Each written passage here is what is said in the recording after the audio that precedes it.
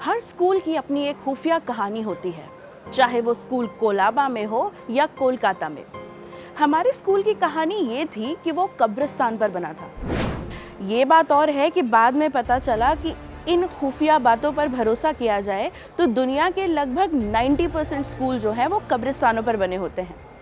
खैर, जब से ये पता चला तब से शौक चढ़ा भूतिया कहानियाँ पढ़ने और सुनने का। पहली कहानी जो पढ़ी उसने 4 दिन तक आईने में देखने नहीं दिया। कहानी थी ब्लडी मैरी की। ब्लडी मैरी वो जो रात को आती है। अगर आप शीशे के सामने खड़े हों आधी रात को, मोमबत्ती लेकर, जलती हुई मोमबत्ती, शीशे में अपनी शक्ल देखें और जैसे मंत्र पढ़ा जाता है वैसे ही ब्लडी मैरी का नाम लें 3 बार और 3 बार घूम जाए, आपको आईने में ब्लडी मैरी खड़ी दिखाई देगी। ब्लडी मैरी कुछ भी कर सकती है, कैसी भी दिख सकती है। कुछ लोग बताते हैं कि वो एक बूढ़ी डायन जैसी दिखती है, कोई कहता है कि वो एक डरावनी चुड़ैल जैसी दिखती है जो आपकी आंखें निकाल सकती है, आपको मार सकती है, कुछ भी कर सकती है। मैंने ये गेम नहीं खेला, ना ही मेरी किसी सहेली ने, इसलिए मुझे नहीं पता कि ये डरावनी कहानियों की ब्लडी मैरी कैसी दिखती होगी। लेकिन मुझे याद है कि ब्लडी मैरी असली थी, क्योंकि वो एक असल औरत थी। उसके होने के दस्तावेज मौजूद हैं, वो इतिहास में जानी गई। आप सोच रहे होंगे कि एलिजाबेथ प्रथम के बारे में बात करने के बजाय हम ब्लडी मैरी की बात क्यों कर रहे हैं?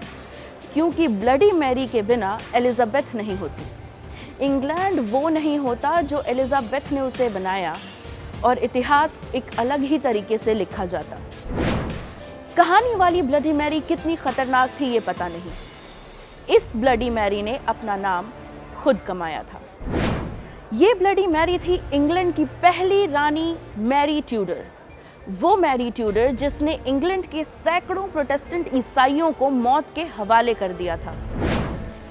कैथोलिक और प्रोटेस्टेंट 2 धाराएं हैं ईसाई धर्म की। मैरी कैथोलिक थी, इंग्लैंड को भी कैथोलिक बनाना चाहती थी कि उसका एक बेटा हो जो राज चलाए उसका आगे, ट्यूडर वंश को आगे बढ़ाए। ऐसा नहीं हुआ। मैरी को बच्चा नहीं हुआ। मैरी इसी गम में घुल कर मर गई। मैरी की मौत के बाद रानी बनी एलिजाबेथ, वही एलिजाबेथ प्रथम जिनके बारे में ये तक कह दिया गया था कि असली एलिजाबेथ बचपन में मर गई थी। कहा गया कि उसकी जगह लाल बालों वाला लड़का एलिजाबेथ बनाकर भेज दिया गया था।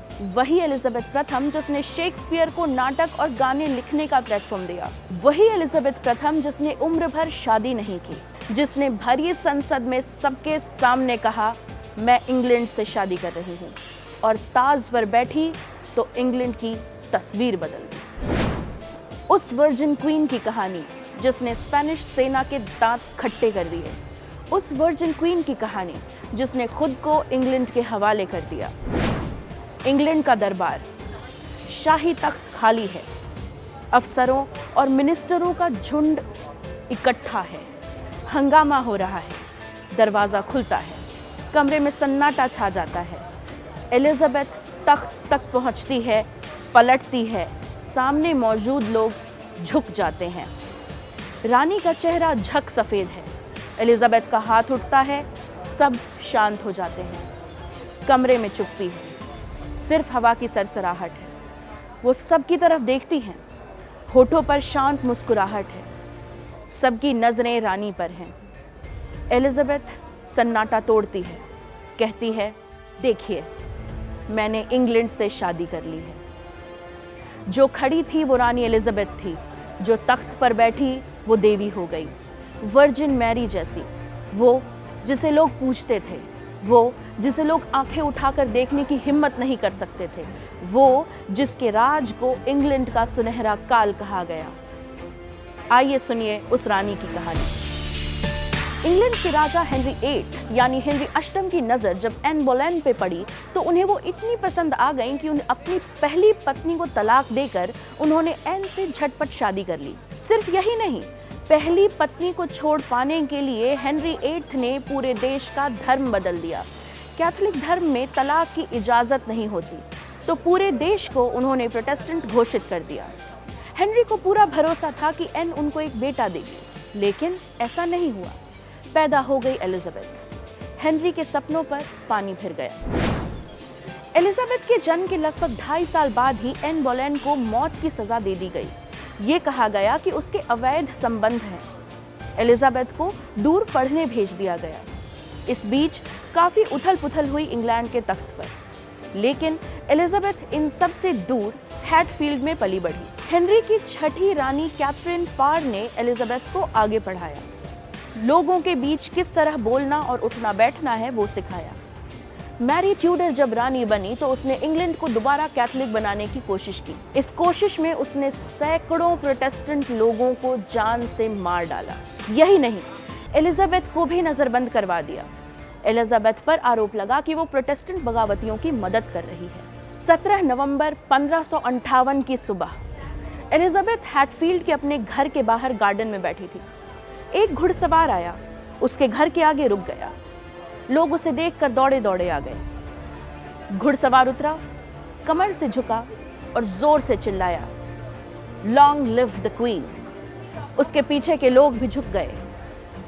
मैरी की मौत हो चुकी थी। इंग्लैंड में एक नया युग शुरू हो गया था। एलिजाबेथ 3 साल की उम्र में जिसे नाजायज घोषित कर दिया गया था, वो 25 साल की उम्र में रानी बन गई। एलिजाबेथ ने धीरे धीरे इंग्लैंड को वापस प्रोटेस्टेंट रास्तों पर चलवाना शुरू किया, लेकिन जैसे जैसे साल बीते, संसद ने रानी पर दबाव बनाया कि वो शादी कर लें। आखिर देश की रानी का शादी करना भी तो जरूरी था, और उस समय शादी करना इसलिए भी जरूरी था क्योंकि इससे यूरोप की कोई भी एक बड़ी ताकत इंग्लैंड को समर्थन दे देती। शादियां एक बिजनेस अलायंस की तरह हुआ करती थी, लेकिन एलिजाबेथ ने शादी नहीं की।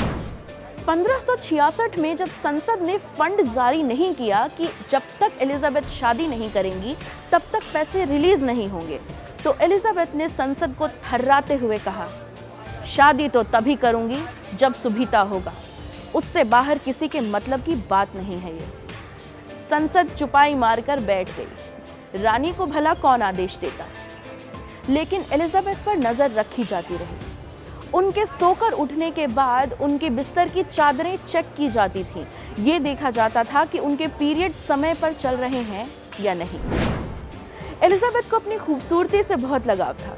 इसी के लिए वो अपने लाल बालों के साथ चेहरे पर झक सफेद मेकअप लगवाया करती थी। वो सफेद मेकअप सीसा और विनेगर मिलाकर बनता था।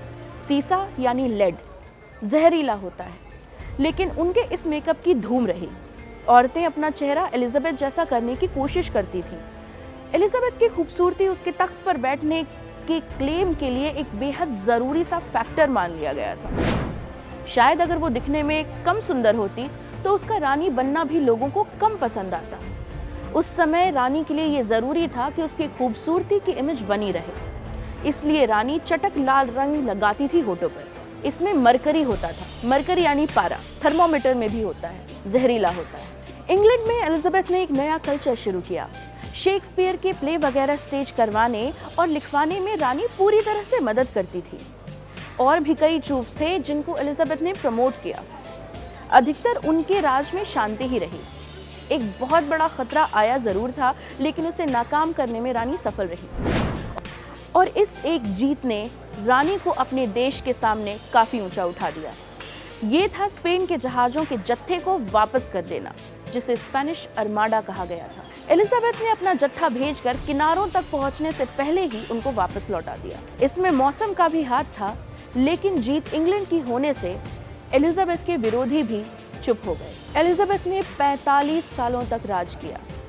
अपने आखिरी पलों में कहते हैं कि उन्होंने अपने प्रेमी रॉबर्ट डडली का नाम लिया था। उनके एक पैर में दिक्कत आ गई थी, लेकिन डॉक्टर को चीरा नहीं लगाने दिया करती थी वो, क्योंकि वो नहीं चाहती थी कि कोई उन्हें ऐसे देखे। उनको लोगों ने हमेशा पूरे मेकअप और विग में ही देखा। कई जगह लिखा गया है कि आखिरी सालों में एलिजाबेथ के बाल झड़ गए थे, इसलिए वो लाल विग लगाती थी। झुर्रियां छिपाने के लिए लेड पाउडर और विनेगर का कोट और मोटा लगाया जाने लगा था। मीठा खाने के शौक ने उनके दांत काले कर दिए थे। उनको बिना मेकअप के देखने की इजाज़त सिर्फ 3-4 करीबी सहेलियों और नौकरानियों को थी, जो उन्हें तैयार करती थी, उन्हें कपड़े पहनाती थी। इस वजह से भी कई लोगों ने ये कहा कि रानी लड़की के भेष में लड़का थी। सीसा और पारा रोज खुद पर लगाते लगाते रानी की तबीयत बिगड़ती चली गई थी। 1603 में रानी की मौत हो गई। एक युग का अंत हो गया। इस वर्जिन रानी की कहानी कई जगह सुनाई गई है, लेकिन हर बार इसको सुनने वाले कुछ नया पाकर लौटते हैं। एलिजाबेथ पर फिल्में बनी, टीवी शो बने, कहानियां और कविताएं लिखी गईं, लेकिन इन सब के परे एलिजाबेथ वो रानी बन गई जिसे लेजेंड कहा जाएगा। वो औरत जिसने दुनिया को जूती की नोक पर रखा, जिसने सरेआम कहा कि उसे अपनी जिंदगी में किसी आदमी की जरूरत नहीं, जिसे एक रानी बनने के लिए किसी की बीवी बनने की जरूरत नहीं, जिसे इंग्लैंड को दुनिया के सबसे ताकतवर देशों में से एक बनाने के लिए किसी दूसरे देश के राजा से शादी करने की जरूरत नहीं, जो रानी बनी, अपने देश से प्यार किया और उसी में मुकम्मल हो गई। अगर आप हमारा ये वीडियो फेसबुक पर देख रहे हैं तो हमारे पेज ऑड नारी को लाइक कीजिए। अगर आप हमारा ये वीडियो यूट्यूब पर देख रहे हैं तो हमारे चैनल ऑड नारी को सब्सक्राइब कीजिए और इस वीडियो को लाइक कीजिए। अगर आप हमसे जुड़ना चाहते हैं तो हमारी वेबसाइट www.ordnari.in पर विजिट कीजिए।